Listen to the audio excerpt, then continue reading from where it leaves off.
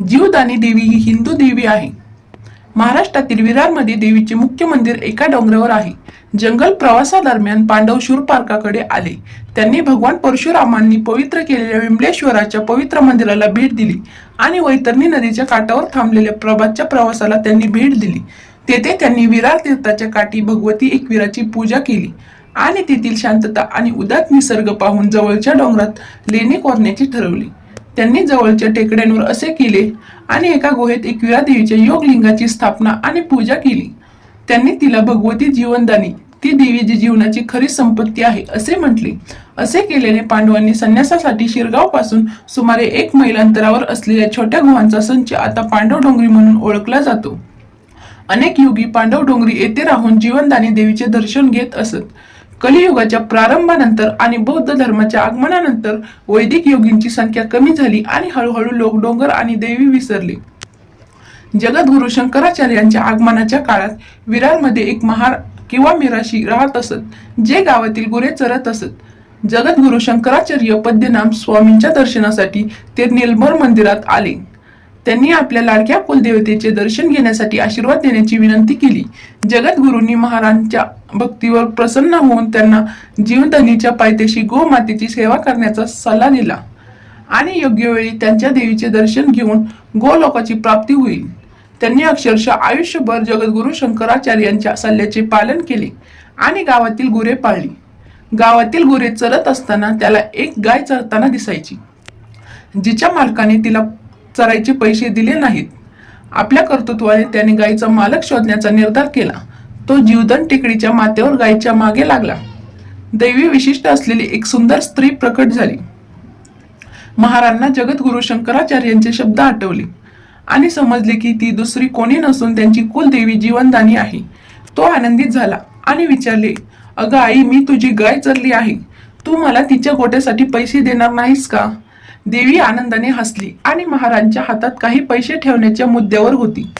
तेव्हा ती म्हणाली, मला हात लावू नको. मी महार आहे. मला असे काहीतरी द्या जे स्पर्श, शब्द, गंध, आकृती आणि आकृतीने खराब होऊ शकत नाही. इतर हे जाणून देवीने विचारले, हे माझ्या बाळा, वर्णाश्रम धर्म आणि मोक्ष धर्माचे हे अनोखे ज्ञान तू कुठून शिकलास? यावर महार म्हणाले, जगद्गुरु शंकराचार्याच्या कृपेने, इतर कोणाकडूनही नाही. हे ऐकून भगवती प्रसन्न झाली आणि म्हणाली, तुझ्या गुणाने ही गाय पहा, जी दुसरी कोणी नसून कामधेनूने आपल्या पूर्वजांना तिच्या शेपटीने वैतरणी ओलांडून उच्च स्थानी नेले आहे. असे म्हणत महाराणी गायीला टेकडीवरून झेप घेताना तिच्या 2 पायाचे ठसे फूर टेकडीवर आणि इतर 2 पायांचे ठसे स्वर्गात वैतरणी नदीच्या पलीकडे दिसली.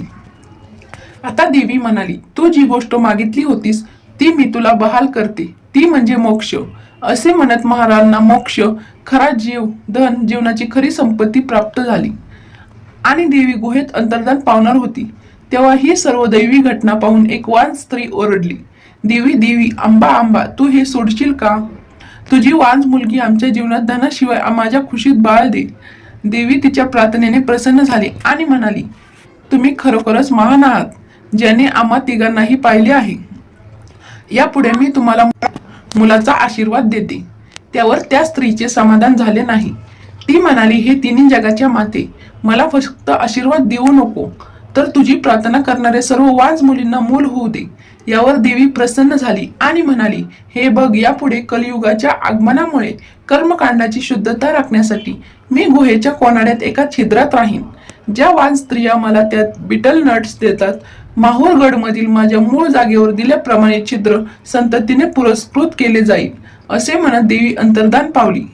या महिलेने ही घटना पसरवली आणि त्यामुळे पुन्हा एकदा जीवदान टेकडी यात्रेकरूंच्या भेटीला येऊ लागली. सध्या स्थापित केलेली प्रतिमा अगदी अलीकडची आहे.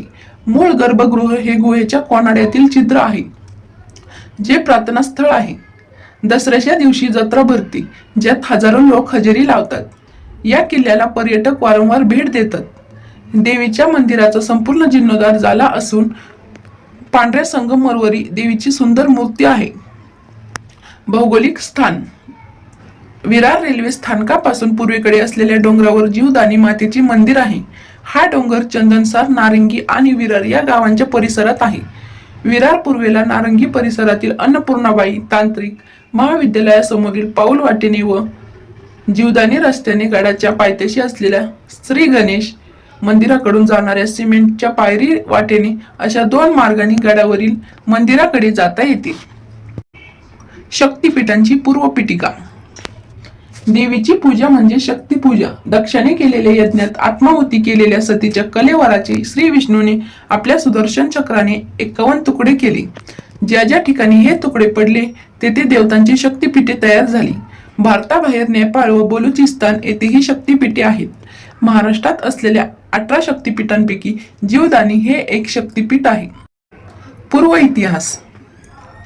जीवदानीच्या या डोंगरावर 17व्या शतकाच्या सुमारास जीवदन नावाचा किल्ला होता.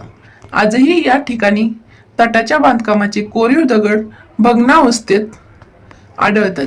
चिमाजी आप्पांनी हा किल्ला 31 मार्च 1739 रोजी जिंकून घेतला. या गडावर पांडवकालीन दगडात कोरलेल्या गुंफा ही आहेत. मित्रांनो, तुम्हाला हा व्हिडिओ आवडला असेल तर व्हिडिओला लाईक करा, शेअर करा, चॅनलला नक्की सबस्क्राईब करा. धन्यवाद.